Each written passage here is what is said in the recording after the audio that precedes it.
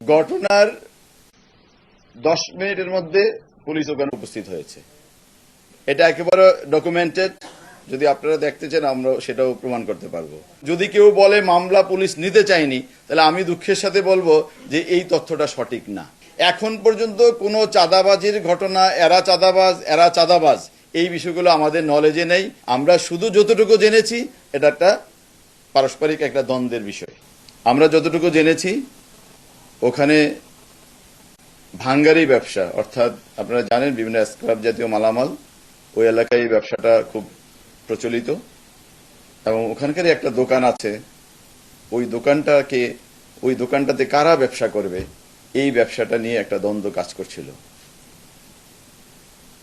আমরা এতটুকু জানতে পেরেছি যিনি হত্যাকাণ্ডের শিকার হয়েছেন এবং যাদেরকে ধারণা করা হচ্ছে এই হত্যাকাণ্ডের সাথে জড়িত তারা পরস্পর সম্পর্কিত, এবং ব্যবসাটা তারা একসাথে কিছুদিন করেছে। কিন্তু যখন ব্যবসায়িক লেনদেন নিয়ে একটা দ্বন্দ্ব তৈরি হয় তখনই তারা এই ব্যবসাটাকে আবার নিজেদের মতো করে করার জন্য তার সাথে বিবাদে লিপ্ত হয়, যার বিবাদের ফলশ্রুতিতে এই হত্যাকাণ্ডটি সংঘটিত হয়েছে। ঘটনা অব্যবহিত পরেই আমরা ঘটনার সাথে সংশ্লিষ্ট সন্দেহে আমরা দুজনকে গ্রেফতার করি, এবং আমাদের যে সকল ভিডিও ফুটেজ আমরা পেয়েছি বিভিন্ন ক্যামেরা থেকে, সিসি ক্যামেরা থেকে, ওগুলো বিশ্লেষণের মাধ্যমে আমরা ঘটনার সাথে যারা সম্পৃক্ত তাদেরকে শনাক্ত করতে সক্ষম হই। এবং এই ঘটনার সাথে সম্পৃক্ত আছে এবং বিভিন্ন ফুটেজে দেখা গেছে যারা ঘটনার সাথে সম্পৃক্ত এরকম 5 জনকে ইতোমধ্যে গ্রেফতার করা হয়েছে। এর মধ্যে মাহমুদুল হাসান মহিন 41,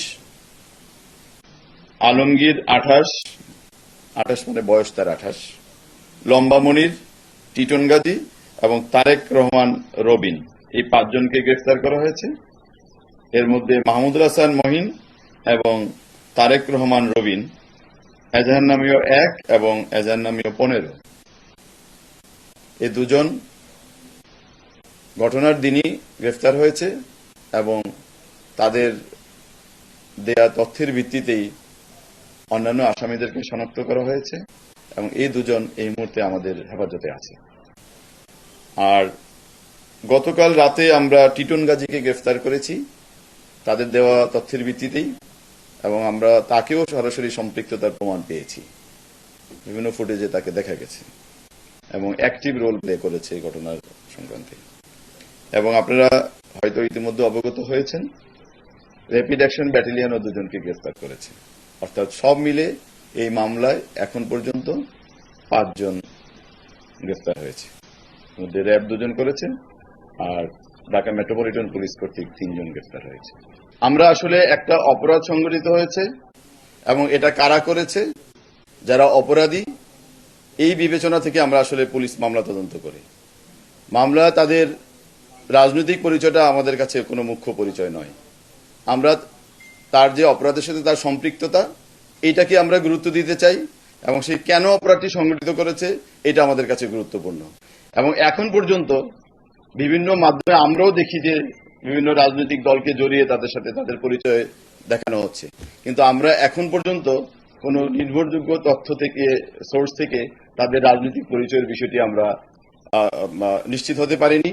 যারা গ্রেফতার হয়েছে তাদেরকে আমরা জিজ্ঞেস করেছি কোনো রাজনৈতিক পরিচয় আছে কিনা, কোন রাজনৈতিক সংগঠন বা দলের সাথে তারা সম্পৃক্ত কিনা, তারা এই বিষয়ে আমাদেরকে স্পষ্ট কোনো তথ্য দেয়নি। আমরা পরবর্তীতে অপরাপর আসামিদের গ্রেফতার এবং যারা এখনো আমাদের হেফাজতে আছে তাদেরকে আরো নিবিড়ভাবে জিজ্ঞাসাবাদ করব, এবং এরকম কোনো পরিচয় যদি আমরা পাই আমরা এটি অবশ্যই আপনাদের সাথে বিনিময় করব।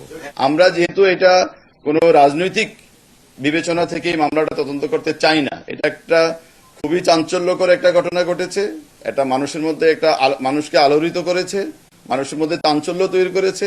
সো আমরা দেখতে চাই এটার মোটিভটা কি, এই অপরাধের কারণটা কি এবং কারা করেছে, এটার মধ্যে আমরা থাকতে চাই। এখানে রাজনৈতিক ইয়েটা আমাদের আসলে মুখ্য উদ্দেশ্য না। যদি কোনো কারণে চলে আসে সেটা অবশ্যই আমরা আপনাদের সাথে বিনিময় করব। আমরা এখন পর্যন্ত সোহাগের সম্পর্কে আমরা যতটা জেনেছি, এই ব্যবসাটা তারা একসাথেই করত। তার প্রিভিয়াস কোনো অ্যাক্টিভিটি সম্পর্কে আমাদের কাছে এখন পর্যন্ত তথ্য নেই।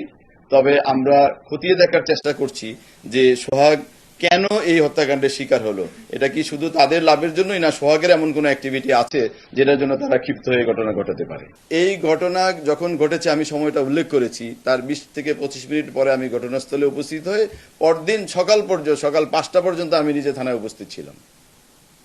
তো এই মামলাটা যে কে করবে, কারা করবে, সবাইকে ডেকে নিয়ে আসা এবং আসামিদের সাথে কথা বলা, কারা কারা এই প্রাথমিকভাবে তারা কাদের নাম বলে, এই সব কিছুর সাথে আসলে ব্যক্তিগতভাবে আমি উপস্থিত থেকে হয়েছে। এখন যদি কেউ বলে মামলা পুলিশ নিতে চায়নি, তাহলে আমি দুঃখের সাথে বলবো যে এই তথ্যটা সঠিক না। কেননা আমি নিজেই তো এটা সাক্ষী। আমি তো মামলাটা, আমরা বাদী খুঁজতেছিলাম। আমরা প্রথমে বাদীর এক ভদ্রমহিলা আসলেন যে উনি মামলা করবেন। তা আমরা বললাম যে আপনার পরিচয় কি? তো পরে উনি বললেন যে আমি সোহাগের ওয়াইফ। তো পরে আমরা খতিয়ে দেখলাম উনি ডিভোর্সড ওয়াইফ। সরি, আমি ডিভোর্সড আর ওয়াইফ থাকে না, সে ডিভোর্সড। তা আপনারা বলেন যে একজন যাকে সে ডিভোর্স করেছে তাকে বাদী করা সঙ্গত হতো কিনা, আমি এই প্রশ্ন যদি আপনাদের কাছে রাখতে চাই।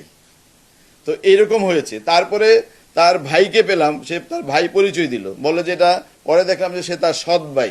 আমাদের এক্সপিরিয়েন্স আছে, কিছুদিন আগে কেরানীগঞ্জে এরকম একটা ঘটনা ঘটেছে, সৎ ভাই মামলার বাদী হয়ে পরে আসামিদের সাথে আতাত করে মামলা বিক্রি করার মতো ঘটনা। তা আমরা আরেকটু সময় নিচ্ছিলাম যে আরো কাউকে পাই কিনা।